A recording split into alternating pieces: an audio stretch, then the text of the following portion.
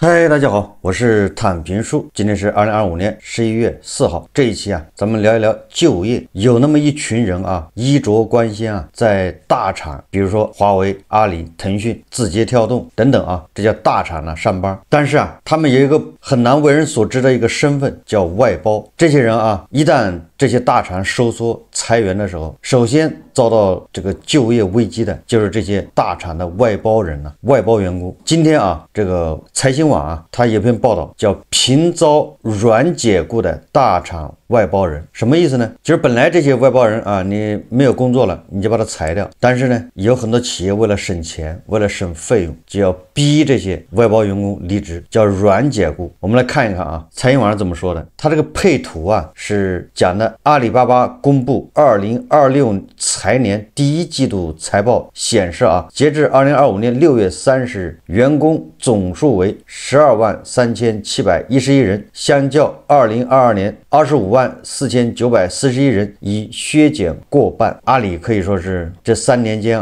已经悄无声息的裁掉了1半人。今年4月，头部互联网大厂阿里巴巴的外包员工李青接到通知，团队人员缩减，让他离开项目，回到外包公司待岗。离岗待岗和李青有相同经历的外包群体中，有一个流传更广的说法，叫坐班。理论上，离项后，外包员工只是切断与所服务的大厂所有联系，被退回到外包公司的场地，仍可以由外包公司分配工作任务或介绍新项目。但多位受访者向财新表示在坐班过程中，他们实际上处于无工作任务，每月只能拿较低底薪的状态。此番遭遇是大厂外包人群体所面临的常态。当走进互联网大厂的写字楼，很容易看到这样一群人，带着与正式员工颜色不同的工牌，每天打卡上下班，完成大厂交付的工作任务，在劳动关系上却属于另一家外包公司，薪资福利五险一金都由外包公司缴纳。在法律上，他们是外包公司的员工，被派驻到互联网大厂驻厂。现实中，外包人更像是大厂中的二等公民，不得不面临薪资福利待遇低，易遭遇软性辞退的等困境。总之他们跟正式员工同一个点同一个时间进出的都是同样一个门，但是待遇天差地别。他们也在一起开会，一起上班，他们却是大厂的二等公民。近年来受互联网行业整体降本增效的趋势影响，裁员浪潮席转，许多互联网企业均出现了明显的人员缩减现象。网易、百度员工人数在2021年达到峰值后均呈持续下降态势，其中网易2021年到2024年由32000人降到26000人，百度从2021年的45000人降至2024年的35000人。阿里巴巴减员最为显著。据阿里巴巴公布的2022年的财报，2025到2022年这3年之间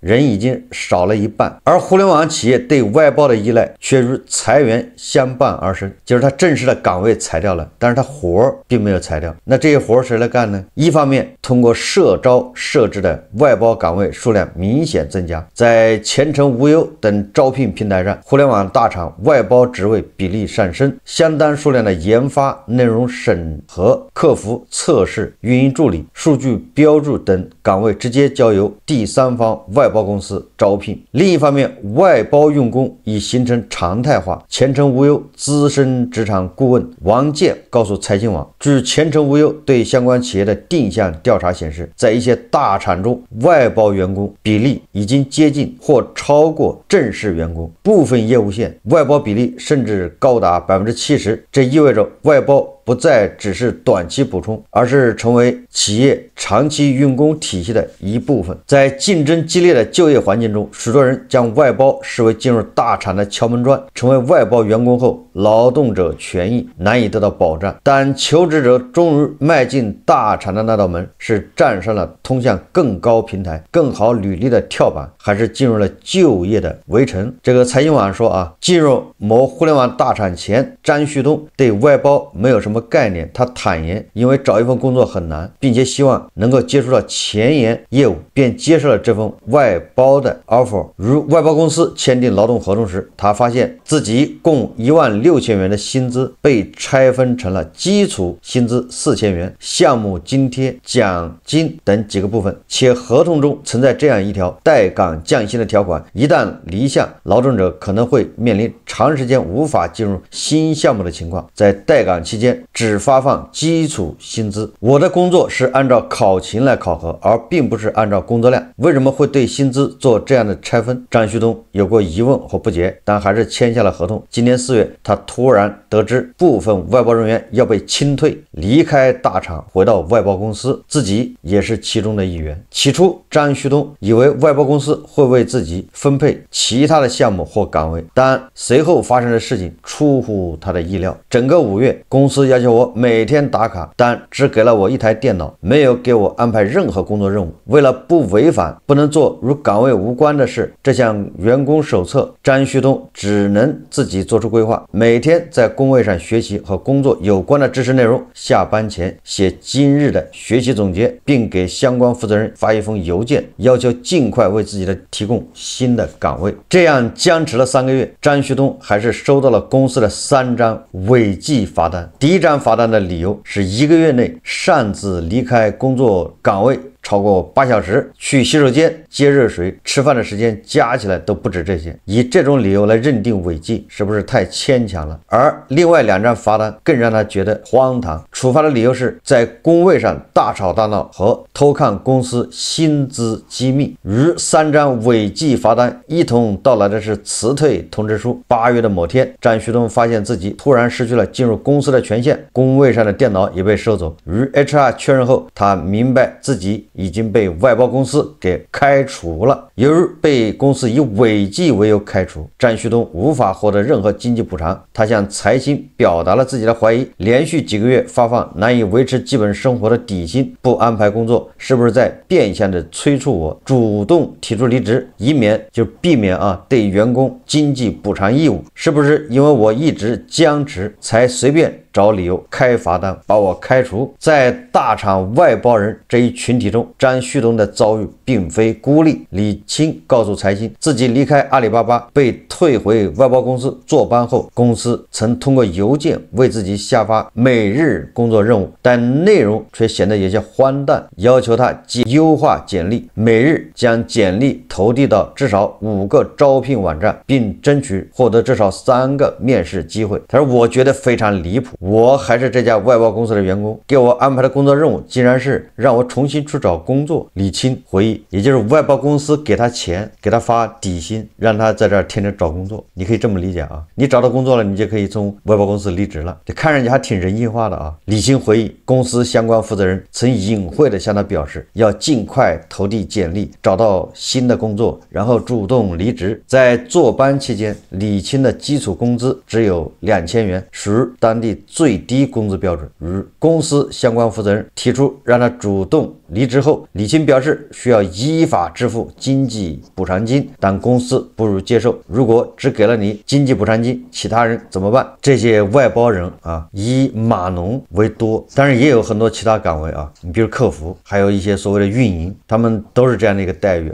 所以对这个大厂来说他并没有裁员呢，对吧？他只是外包需求减少了，裁员的是这些外包公司。所以这些大厂到年终到半年报的时候发布这些报告，他没有裁员这些尴尬的这些描述离项、待岗、底薪逼退，构成了互联网大厂外包人被清退、离项后的4部曲。许多外包员工满怀期待地迈进了大厂的门槛，却最终陷入坐班的困境之中，维权艰难。中银律师事务所高级合伙人杨宝全告诉财新，这是一种典型的原解雇行为，其背后的行为模式可在法律上被清晰地界定为变相解除劳动合同或推定解雇，具有明显的违法性。外包公司在互联网大厂的项目结束后，不为员工安排新的合理工作，而是让其坐班待岗，实质上是未履行提供劳动条件的合同义务，实际上就是外包公司违约啊。而将薪资拆分成基础工资和绩效，规定如果员工离项，就只能发基础工资条款，更像是一种为实现软解雇策略而精心设计的配套工具。财经网说啊，那外包缘何受欢迎呢？软解雇并不是互联网大厂外包员工面临的唯一困境。多位受访者告诉财新，相比正式员工，低薪资、低保障、低福利已是外包的常态。李欣透露，自己社保和公积金都是按照当地最低基数缴纳，每月公积金只有120元。而这种低成本的节省，正是外包在互联网大厂备受欢迎的原因之一。外包员工不计入正式员工编制，可以减少社保、公积金、年终奖、福利等固定支出，同时还可以根据项目周期灵活增减人员，实现人随项目走的弹性配置。在互联网红利放缓、利润压力增大的背景下，这种做法显然对企业财务非常有吸引力。此外，外包特有的用工模式也满足了互联网大厂规避裁员成本与合规风险的需要。互联网行业波动大，业务调整频繁，直接裁撤正式员工会触发高额赔偿和劳动争议风险，而外包员工是由第三方外包公司签约，大厂只需让员工离项就能快速撤离，风险由外包公司承担。而外包公司需要赚取的是互联网大厂支付给外包公司的费用与外包公司支付给劳动者薪资之间的差价，俗称人头费。张旭东回忆，曾有领导向自己透露，自己在互联网大厂系统中的薪资是23000到25000元，但外包公司实际发放的税前薪资是16000元。他曾就此询问过外包公司的相关员工，对方答复，扣除6%的税，再减除5选1金的千把块钱，就是外包公司的抽成。那这个张旭东啊，外包公司从他头上一个月就要赚5000块钱吧。一位不愿具名的资深人力资源从业者向财新透露，一些互联网大厂甚至存在内包现象，即在自己的集团内部注册具有人力资源外包资质的子公司，由子公司负责招聘，将招聘进来的员工分派至母公司或其他核心事业部。一份是某知名大厂的外包职位，另一份是不闻其名的小公司的正式职位，你会怎么选？这就是就业的围城啊！在前程无忧一项针对外包的就业调查中，有62%的受访者选择了前者。陈哥便是主动选择外包的一员。应届毕业后，即使入职的互联网大厂，外包税前工资只有7000元，且5选1金按照北京市最低基数缴纳，他也接受了这份唯一的 offer。他告诉财经网，身边正式员工的薪资是外包的2倍左右，但自己对这种差距已经有了心理准备。做外包肯定是因为你的学历或其他条件不如正式员工，但能借外包的光进入大厂也很好。陈哥坦言啊，当时自己有着天真的想象，希望通过努力以外包为跳板，最后转正，但这种希望随着时间推移逐渐破灭。他清楚地感知到了外包的正职的不平等之处。作为外包人，他不仅无法接受正规的入职培训，也无法免费吃公司的食堂，甚至没有进入公司的权限。他每天都要站在闸机门口等待正式员工发来访客码才能入内。虽然与正职员工在同一场地办公，但外包员工没有固定的工位，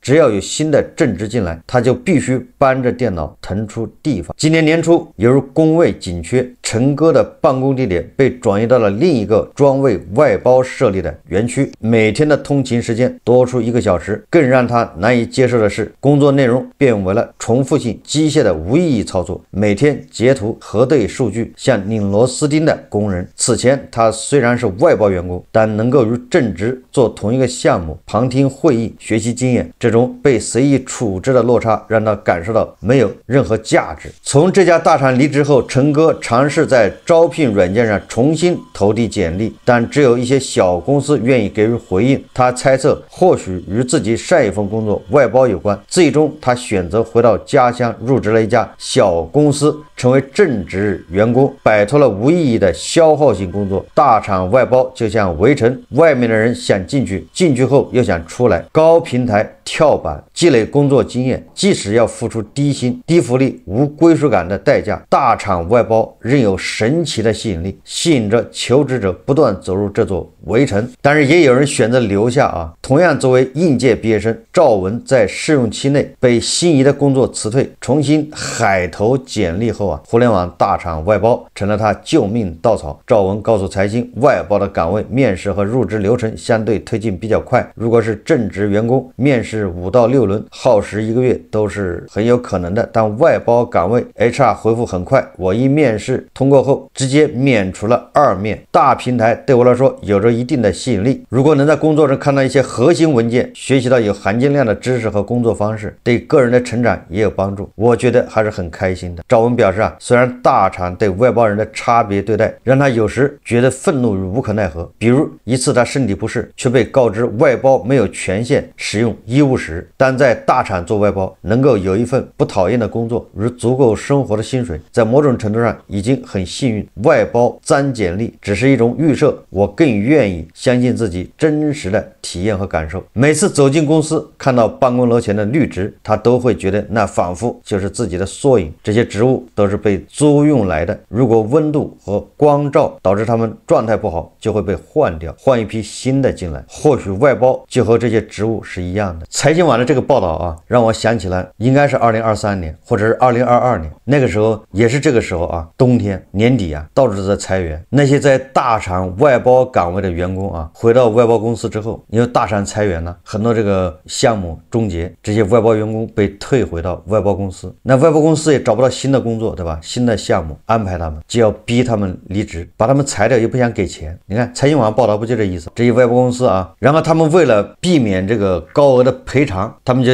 采取这种软解雇方式。我看过一个报道啊，这个最狠的外包公司是专门啊，在这个城市，比如北京，他在北京的郊区啊，租一个厂房或者租一个写字楼，那不便宜吗？特别便宜，远郊区啊，然后让这些外包员工，你不是自己不愿意离职吗？那好，你们就去那儿上班，每天早上8点半打卡，下午6点打卡，也不用加班，就像这个财经网报道那样，一个工位有一台电脑，不同的是什么呢？不同的是那个办公室里面遍布摄像头，你的工位正上方、左前方、右前方都有摄像头，360度无死角的监视你。它也不是监视啊，它就是录屏。然后过几天之后，你被通知你违反劳动纪律，被开除了，理由跟这个财经网报道一样啊，比如说你离开座位时间太长，你这个你在座位上，你在电脑上面浏览什么与工作无关的网站，你玩手机了等等啊，反正会找到一个理由把你开除。那个叫什么死亡工厂啊，叫什么？有个专门名词啊。你说这个有的外包员工啊，一旦被退回外包公司，然后一看没有项目，他就主动离职了。但是有的人他这个比较坚持啊，就得要外包公司给他赔偿，工作不好找啊，那外包公司就这样对付他。你想啊，你从你住的地方到那个工厂或者到那个写字楼，坐车得了2小时通勤，他是故意的啊。你住在城东边，他把你调到城西边的那个办公室，在那儿上班；你在城西边，他让你去城东边的那个办公室去上班。然后啊，就出现了这样灰色的产业链。还有人专门在这个郊区啊租写字楼，便宜的，然后把这些软件硬件给他安排好，专门租这些工位给那些外包公司，对吧？那些要被这个逼走的外包员工啊，去这些工位，在那儿就是坐牢。你说有几个人扛得住？大部分啊外包员工都这么被开除掉了，而且没有任何赔偿。有的时候我就在想啊，你说这些大厂一个个的赚的都是盆满钵满的，那些老板个个不是首富就是什么慈善家，那他为什么这么干呢？他们账上现金是吧，多的花不掉，为什么他要请外包的员工呢？他就不能，他那个岗位为什么他既然需要人干活，为什么不能请这些正式的员工？本来啊，我们的这些企业比外资啊对员工的待遇就差了一大截，也就是说咱们这所谓的大厂啊，他们的这个正式员工的待遇比那个同等级别的外企啊差一大截，但是居然还有外包员工比那正式员工还要差，这说明什么现象呢？也就是把人不当人，真正的叫牛马韭菜，连大厂都这样。当然了，他们的名义对吧，那都是为了企业盈利，都是为了这个压缩开支，他的压缩开支是从牛马身上。比如说啊，这些大厂他需要1万个工作岗位，他需要1万个员工，但是他为了节约费用啊，他只有5000个正式的，剩下5000个全部用外包来解决。外包解决，那这个外包公司就应运而生。外包公司是每个人对吧，要抽这个人头费。别看他抽人头费，实际上他抽的也不多，对吧？一个月恐怕也就5000块钱，或者就是这个大厂啊给这个岗位，比如说开2万块钱一个月这个费用啊，那么这个外包公司大概就赚20%，大概就这个比例啊。但你想一想啊，如果这个员工被这个大厂辞退了，外包公司也找不到活，要裁这个员工，外包公司是没有钱裁的，对吧？他一裁，按照什么 N+1，那得赔好几万，这个外包公司从这个员工头上没赚到好几万呢。也就是说，这中间的钱到底是去哪儿了？所以大家想一想，这个钱还是被大厂自己给扣了。我们有的时候把这个黑锅啊扣在这个外包公司身上，这是不对的。就是外包公司也并不会从这个外包这个业务中啊说获得一个什么巨额收益，它是有收益的啊，不是没有，但是它这个收益啊不足以支持他裁这个员工给他赔偿。外包公司它也有各种税啊，对吧？企业所得税、增值税，你说他把那个人头费啊再把税一扣掉，你说落到公司的实际收益能有多少呢？完了之后啊，你再拿这个钱去赔偿那些被开的员工，他根本就不够啊。所以说，按照马克思的这个叫什么市民价值理论啊，这个大厂对外包员工的压榨是最狠。当然了，这个外包啊，不光是大厂有，国企、央企都有，甚至啊国外也有。但是人家国外呢，这些无论你这个员工是在外包还是在正式的大厂，你的这个待遇是差不多的，就是至少是在权益这一块，就是要想裁你，都得老老实实赔钱。所以我们就要知道啊，这个外包员工被裁的这个赔偿金到底省到哪去了，还是省到这些大厂？但是啊，刚才也说了啊，这些外包员工啊，一般都是客服、码农，也就是这些啊重复性工作比较多的。接下来啊，不幸的是，连外包的岗位都会越来越少，就是你瞧不上外包这活，人家外包这活是越来越少，外包的需求也会越来越少。为什么呢？这实际上就是人工智能。这个人工智能啊，未来首先取代的恐怕就是外包这一活，或者大部分被取代。你比如说在客服这块啊，呼叫中心，这个人工智能可以大幅提高工作效率，工作效率提高，这个客服中心的这个客服啊，是不是就要大量的减少？这客服一般都是外包。华尔街日报啊看那篇文章说，白领工作消失，企业裁员继续，人工智能开始显现威力。前不久啊，就亚马逊对吧，都要裁掉3万人，然后什么雀巢一大堆的企业都在裁员，连正式职工都要裁，就不要说外包了。这个人工智能啊，每取得一点成就，这个国内这些大厂啊，恐怕就要裁掉更多的人。这个华尔街日报说啊，今年企业高管们谈论人工智能的频率超过了其他任何话题，他们承诺这项技术将改变他们的业务和员工队伍。如今改变已经开始。说根据对数十家公司高管和咨询顾问的采访，企业正在改写职位描述，并重新调整一些白领岗位，同时也在裁撤另一些岗位。在招聘方面，一些公司开始优先考虑哪些具备人工智能技能的求职者。今年从科技巨头到好莱坞，再到工业制造领域，已经有数十万人被解雇。虽然很难将这些裁员直接归因于人工智能，但企业高管们表示，在某些情况下，这项技术已经改变了他们对所需员工数量的看法。连正式职工都会被人工智能取代，那最先取代的一定是外包。这些工作能够把它包出去，本身就说明问题，对吧？已经有外包员工说了嘛，他们这工作就是机械重复，毫无意义。瑞典的科技金融公司啊，在1月份推出了一款由 OpenAI 驱动的人工智能助手，该助手现在能处理相当于700名全职客服人员的工作量。公司表示，这款聊天机器人正在出色地完成工作，并补充说啊，公司预计到2024年将整体停止招聘。实际上我们已经现在多多少少已经被迫在跟这个客服机器人在聊天，对吧？你现在在电商平台或者其他的什么任何这个平台上面，你只要有任何客服问题，你一发那都是机器人在跟你聊你想找人工给他打电话或者是跟人工联系，你很难。为什么呢？所以这个现象就是你看都是机器人取代了，人工越来越少了。UPS 公司表示今年计划裁员12000人，部分原因是希望通过人工智能和其他技术实现工作自动化。在科技行业一些高管表示，他们现在可以更快的推进项目，团队规模也更小了。坦率的说啊，我们可能不再需要那么多人了。思科系统公司网络部门负责人乔纳森·戴维森说啊，人工智能确实能让你更专注于真正重要的事情。公司高管们表示啊，人工智能最直接的应用之一是在软件开发、客户服务和一些人力资源、智能等领域。IBM 首席执行官阿尔温德·克里希纳去年表示，他可以预见到人工智能和自动化将取代公司后台职能部门与